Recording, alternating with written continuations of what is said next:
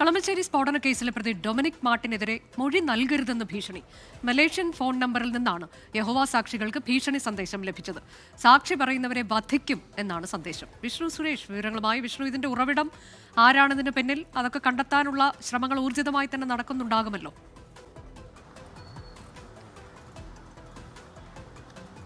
അനുജ, വളരെ ഗൗരവത്തോടുകൂടി തന്നെ പോലീസ് ഈ സന്ദേശത്തെ നോക്കിക്കാണുന്നുണ്ട്. പ്രത്യേകിച്ച് ഇത് നാടിനെ നടുക്കിയ ഒരു കേസായിരുന്നു. ആ കേസിലെ പ്രതി ഡൊമിനിക് മാർട്ടിനെതിരെ മൊഴി നൽകുന്ന യഹോവ സാക്ഷികളെ വധിക്കും എന്ന് ചൂണ്ടിക്കാട്ടിയാണ് ഈ സന്ദേശം വന്നിരിക്കുന്നത്.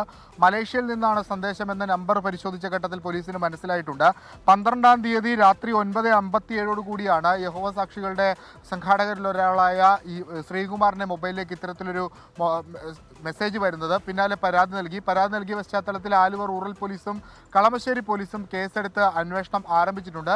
ഈ കേസുമായി ബന്ധപ്പെട്ട്, അതായത് കളമശ്ശേരി സ്ഫോടനവുമായി ബന്ധപ്പെട്ട് കഴിഞ്ഞ വർഷമാണ് പോലീസ് കുറ്റപത്രം സമർപ്പിച്ചത്. കേസിൽ ഡൊമിനിക് മാർട്ടിൻ മാത്രമാണ് പ്രതി. പിന്നീട് ഇയാളുടെ UAP ഒക്കെ പോലീസ് എടുത്തു കളഞ്ഞിരുന്നു. അതിനുള്ള സാഹചര്യങ്ങളൊന്നും ഇല്ല എന്ന് പറഞ്ഞ് ഇപ്പോഴും ഇതിന്റെ അന്വേഷണം പുരോഗമിക്കുകയാണ്. കാരണം ഡൊമിനിക് മാർട്ടിൻ വിദേശത്തടക്കം ജോലി ചെയ്തിരുന്നു. അതുകൊണ്ട് ഇയാൾക്ക് അവിടെ ഏതെങ്കിലും തരത്തിൽ ഈ ഇതര സംഘടനകളുമായി ബന്ധമുണ്ടോ എന്നുള്ള കാര്യങ്ങളൊക്കെ പരിശോധിച്ച് അതിന്റെ അന്വേഷണമൊക്കെ പുരോഗമിക്കുന്ന ഘട്ടത്തിലാണ് ഇത്തരത്തിലൊരു സന്ദേശം വരുന്നത്. അത് തന്നെയാണ് ഇതിന്റെ ഗൗരവം വർദ്ധിപ്പിക്കുകയും ചെയ്തത്. വിശദമായ അന്വേഷണം നടത്തി ഇതിന്റെ ഉറവിടം കണ്ടെത്താനുള്ള ശ്രമം ഇതിനോടകം തന്നെ കളമശ്ശേരി പോലീസും ആലുവ റൂറൽ പോലീസും ആരംഭിച്ചിട്ടുണ്ട്. ഈ പരാതിക്കാരനെ അടക്കം മൊഴി രേഖപ്പെടുത്തും.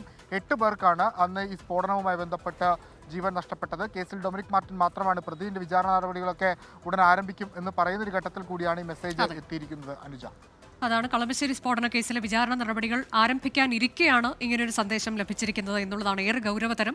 പ്രതി ഡൊമിനിക് മാർട്ടിനെതിരെ മൊഴി നൽകരുതെന്ന ഭീഷണി സന്ദേശം എത്തിയത് മലേഷ്യൻ ഫോൺ നമ്പറിൽ നിന്നാണ്. യഹോവ സാക്ഷികൾക്കാണ് ഈ ഭീഷണി സന്ദേശം ലഭിച്ചത്. പോലീസ് തുടരന്വേഷണം നടത്തുകയാണ്.